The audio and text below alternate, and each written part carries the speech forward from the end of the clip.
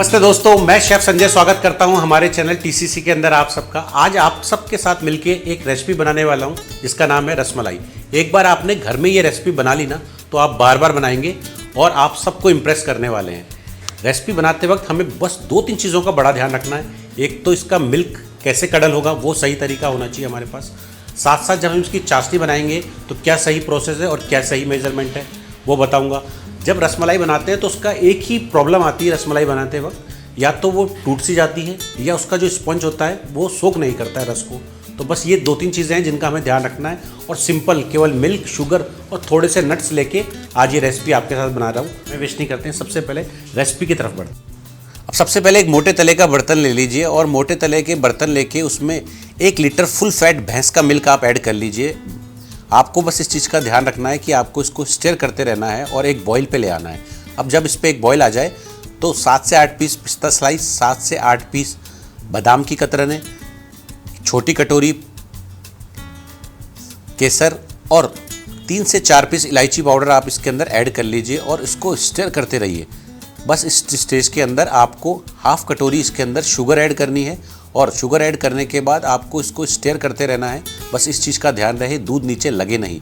एक आपको टिप दे रहा हूँ, जब रसमलाई बनाएं तो हमें 10 से 15 मिनट तक ही इसको अच्छे से पकाना है। ज़्यादा पकाएंगे तो ये गाढ़ी हो जाएगी। हमें जो हमारी ये जो मिल्क है इसको पतला रखना है, तभी रसमलाई सही से रस पी पाती है। अब चलिए आगे बढ़ते हैं। सेकंड स्टेप है, एक बॉल ले लीजिए, उसके ऊपर एक स्ट्रेनर सेट कर लीजिए और एक मलमल का कपड़ा इसके अंदर रख के ये वाली एक्सरसाइज पहले कर लीजिए। अब हमारे मिल्क को हम कडल करते हैं। एक साइड मैंने रसमलाई का रस चढ़ाया है, सेकंड चूल्हे के अंदर मैं 1 litre full fat milk add कर रहा हूँ। साथ साथ एक साइड तो मैंने बिल्कुल स्लो फ्लेम कर दी है और स्लो फ्लेम करने के बाद आपको ये ध्यान रखना है कि धीरे धीरे इसको स्टीयर कर दीजिए। साथ साथ जब आपके ये फुल फैट मिल्क के अंदर एक बार एक अच्छा सा बॉईल आ जाए, अब साथ साथ गैस को बंद कर देना है और 2 से 3 मिनट के लिए हमें दूध को हल्का सा टेम्परेचर डाउन होने देना है। अब एक एक्सरसाइज करनी है जिसके अंदर 2 टेबल स्पून विनेगर और 2 टेबल स्पून पानी के हमें लेके एक साथ डाइल्यूट करने हैं।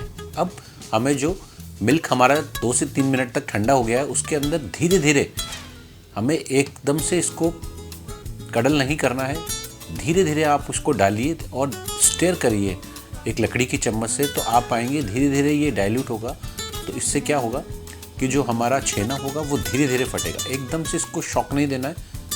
अगर ये एकदम से फटता है तो जो छेना का जो प्रोसेस है वो थोड़ा सा टफ हो जाता है और छेना हमारा टफ बनता है। बस हमें इस चीज़ का थोड़ा सा ध्यान रखना है कि हम जब डाइल्यूट करें इसके अंदर विनेगर और पानी को तो धीरे धीरे चलाना है। अब आप इस स्टेज में देखेंगे एक रनी ग्रीन कलर का वाटर इसके अंदर आने लगता है। बस यही सही कंडीशन है और ये परफेक्ट टाइमिंग है जब आप इसको ड्रेन करना है। अब जो एक्सरसाइज आपने पहले करी थी उसके अंदर मलमल का कपड़ा लगाया था, उसके अंदर आप इसको धीरे से ट्रांसफ़र कर लीजिए।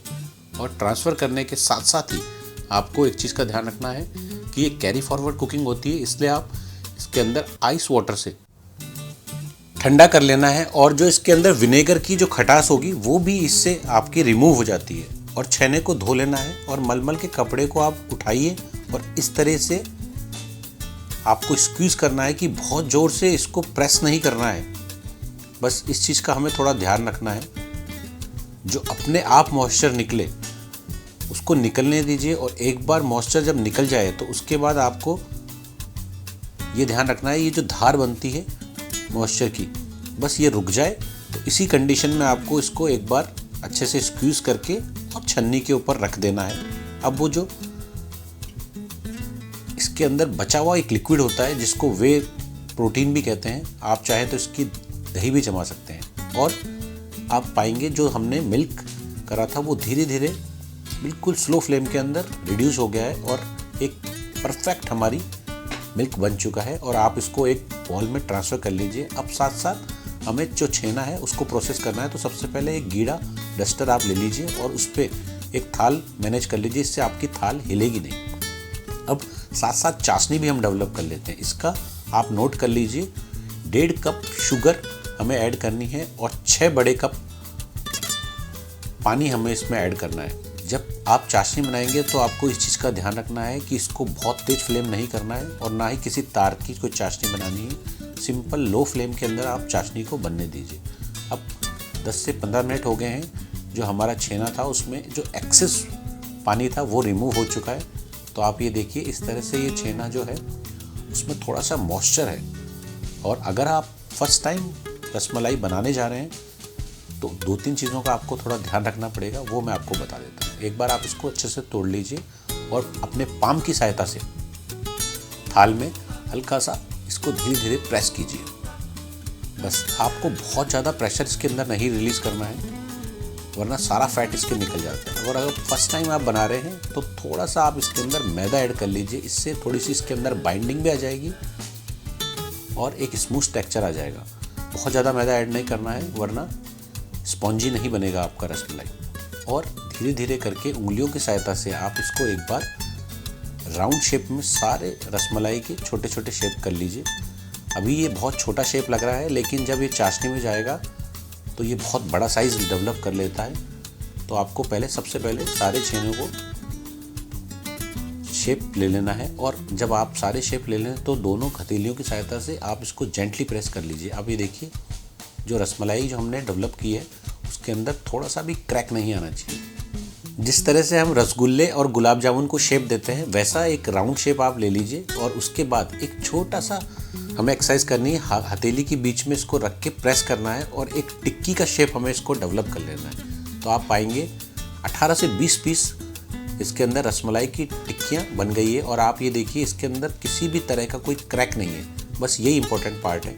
अब जो आपने चाशनी बनाई थी वो बिल्कुल पतली धार की हमें चाशनी जो चाहिए, उसके अंदर धीरे धीरे करके 1-2 पीस करके आप इसको अंदर ऐड कर दीजिए। और गैस की फ्लेम को अब आपको एकदम से तेज करना है। तो आप ये देखिए जब चाशनी के अंदर एक उबाल सा आता है तो इसके ऊपर एक लेयर बन जाती है, कोटिंग बन जाती है और उससे धीरे धीरे हमारी जो रसमलाइयाँ हैं वो पकने लगती है। और आप इसको अगर कवर कर लेंगे तो जब चाशनी के जो बुलबुले होते हैं उनसे एक प्रेशर रिलीज़ होता है और हमारी जो रसमलाई है वो ऊपर और नीचे दोनों साइड से पकने लगती है। बस यही कंडीशन है। 10 से 12 मिनट तक आप इसको पका लीजिए और आप पाएंगे कि फूली रसमलाई हमारी तैयार हो गई है। अगर आप बिल्कुल नए हैं और पहली बार बना रहे हैं रसमलाई को तो मैं आपको बोलूँगा आप इसको एक शॉक दीजिए और आइस वाटर के अंदर आप इसको डिप कर लीजिए। और 15 से 20 मिनट का हमें अब इसको रेस्ट देना है। जब 15 से 20 मिनट का रेस्ट हो जाए तो दोनों हथेलियों की सहायता से बड़ी ही जेंटली से आप इसको प्रेस कर लीजिए। प्रेस करने के बाद आप पाएंगे कि सारा पानी इसके अंदर से रिलीज़ हो गया है। और अब जो आपने रस बनाया था उसके अंदर आप इसको ट्रांसफ़र कर लीजिए। जिससे क्या होता है कि हमारी जो रसमलाइयाँ हैं वो रस पी लेती है। और क्योंकि हमारा ये जो मिल्क है वो बिल्कुल लाइट है, मतलब बहुत ज़्यादा गाढ़ा नहीं है, बस यही सही प्रोसेस है। और आप इसको देखेंगे, एक बार मैं स्पून की सहायता से आपको एक रसमलाई दिखा देता हूँ। ये देखिए बिल्कुल परफेक्ट शेप में हमारी रसमलाई बनी है।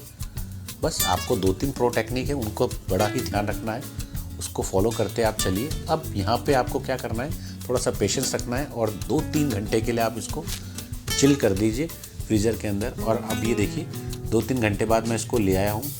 और यकीन मानिए रसमलाई जो है ना वो बिल्कुल चिल्ड सर्व करें तभी मज़ा आता है इसका खाने का।